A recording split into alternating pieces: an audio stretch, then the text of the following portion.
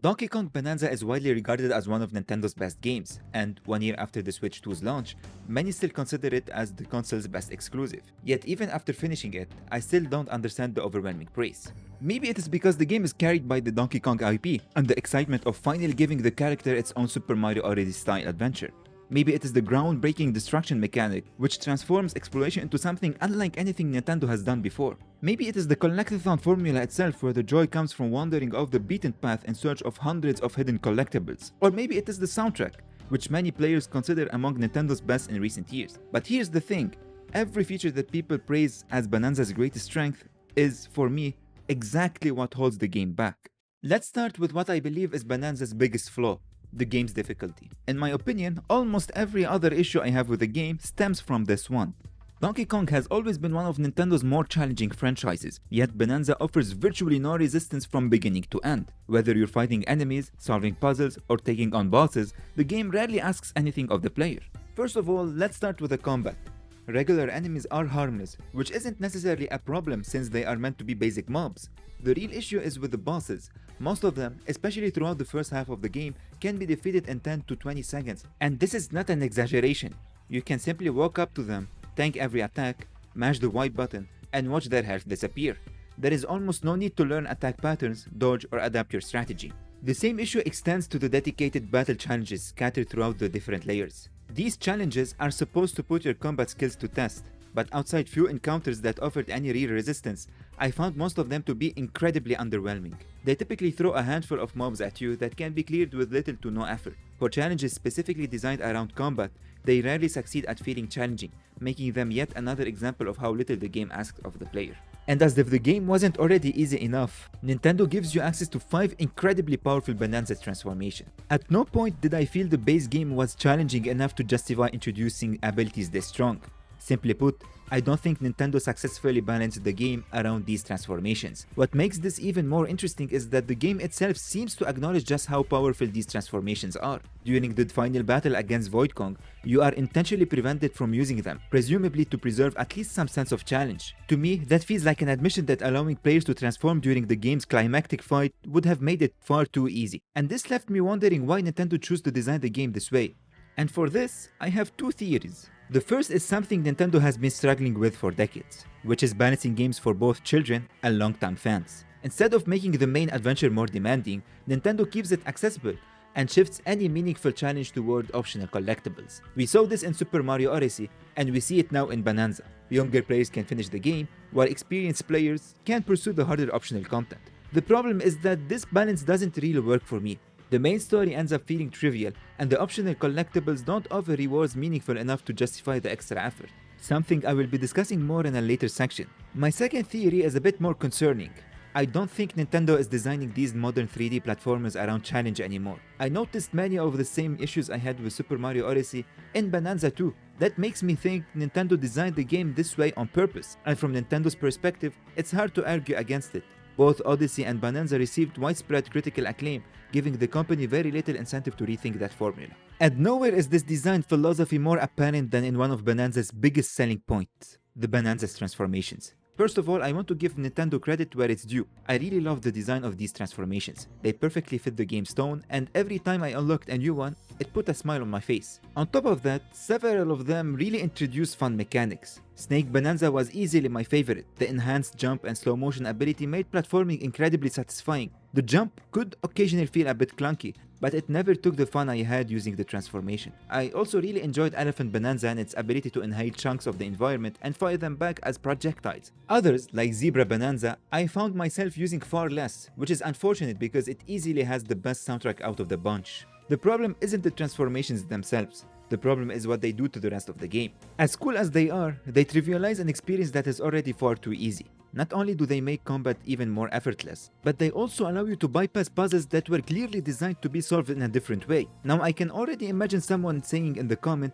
well, that's intentional. Nintendo wants players to have the freedom to approach problems however they want. And to a certain extent, I can get behind that. In fact, that is one of the reasons I love Breath of the Wild. That game constantly rewards creativity and thinking outside of the box. Finding an unconventional solutions feels clever because you discovered something the designers missed when developing the game.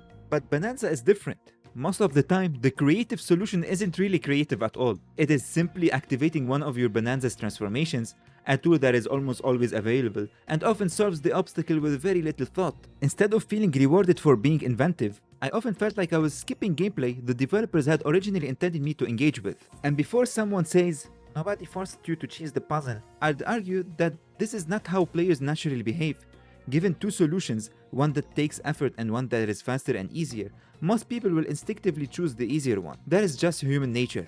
Good game design anticipates that behavior. If players can consistently bypass your intended challenges with mechanics you've deliberately given them, then those mechanics become part of the game's balance. And in Bananza's case, I think that balance is off. And that brings me to Bananza's collectathon design. Throughout Bananza, you'll come across three main resources. The first is gold, the game's primary currency.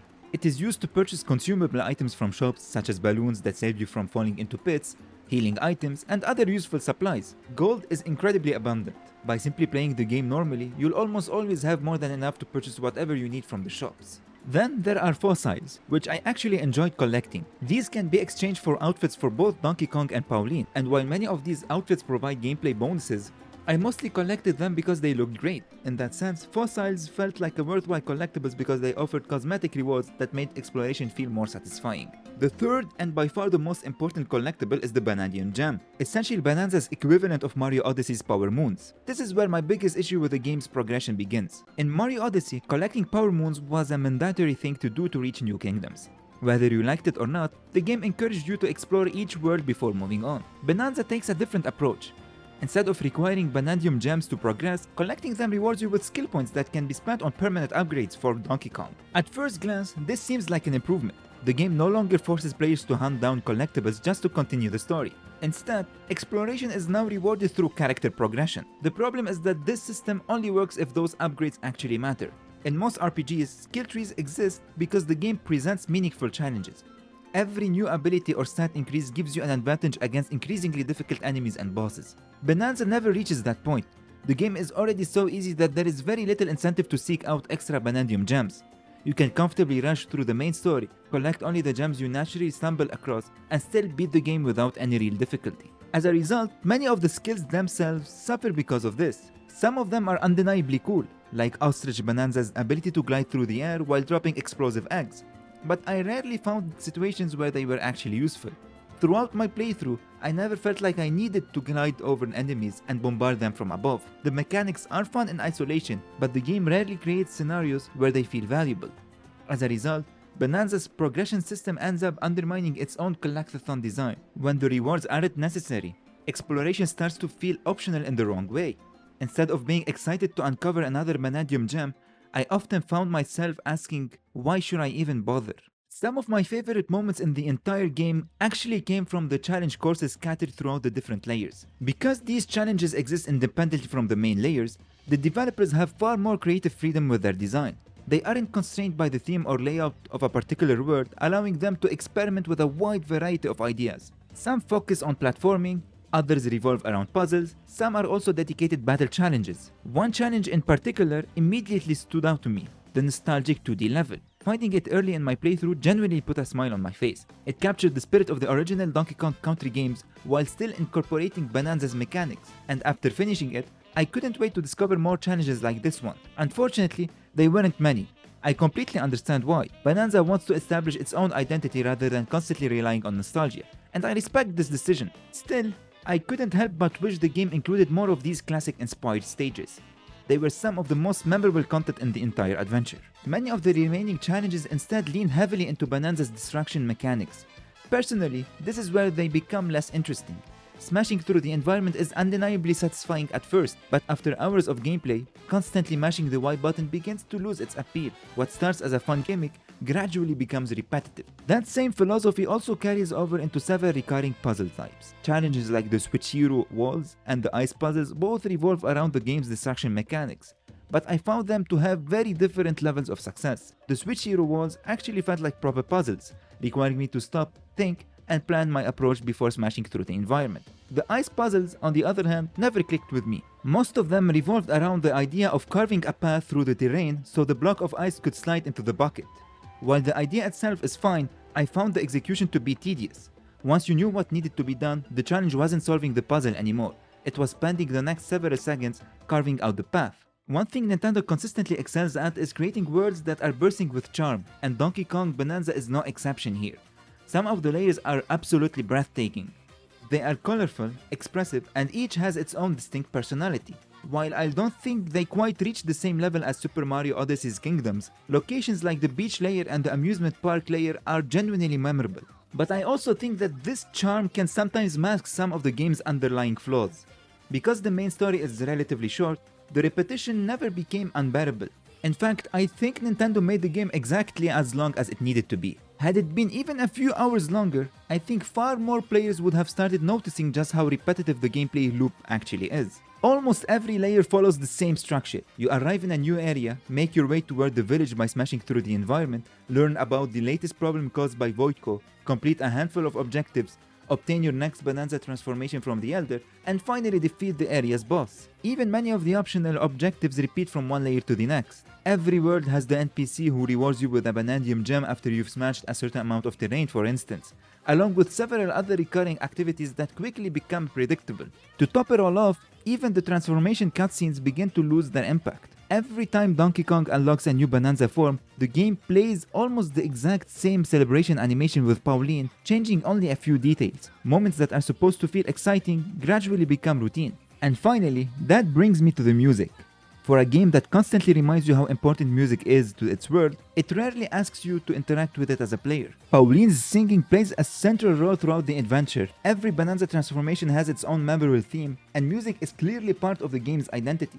That is why I was surprised the game never experimented with rhythm-based gameplay. Whether through optional challenge courses or even a few story moments, introducing rhythm-based challenges could have added another layer of variety while reinforcing one of the game's strongest themes. For me, it feels like a missed opportunity. In the end, I don't think Donkey Kong Bananza is a bad game by any means. In fact, if you own a Switch 2, I would absolutely recommend playing it. But while writing this review, I couldn't help but wonder whether part of the reason I felt this way is because I've simply outgrown this type of game. Had I played Bananza as a kid, I really do believe it would have been one of my favorite games of all time. Then again, I'm not entirely convinced that's the full explanation. Super Mario Bros. Wonder is one of my favorite games on the original Switch, and that is hardly a game aimed exclusively at adults. So maybe age isn't really the issue after all. What I do know, however, is that I don't regret playing Donkey Kong Bananza. It constantly surprised me, especially during its final hours, and from start to finish, it never stopped being fun. And at the end of the day, that is what matters the most. My disappointment doesn't come from thinking Bananza is a bad game. It comes from the fact that, considering how universally praised it is, I personally don't think it is anywhere close to being the masterpiece that many make it out to be. And that's that for today's video. If you enjoyed what you saw today, hit the like button and hit the dislike if you didn't. If you would like to see more videos like this one, please consider subscribing. With that said, thanks for watching and I'll catch you in the next one.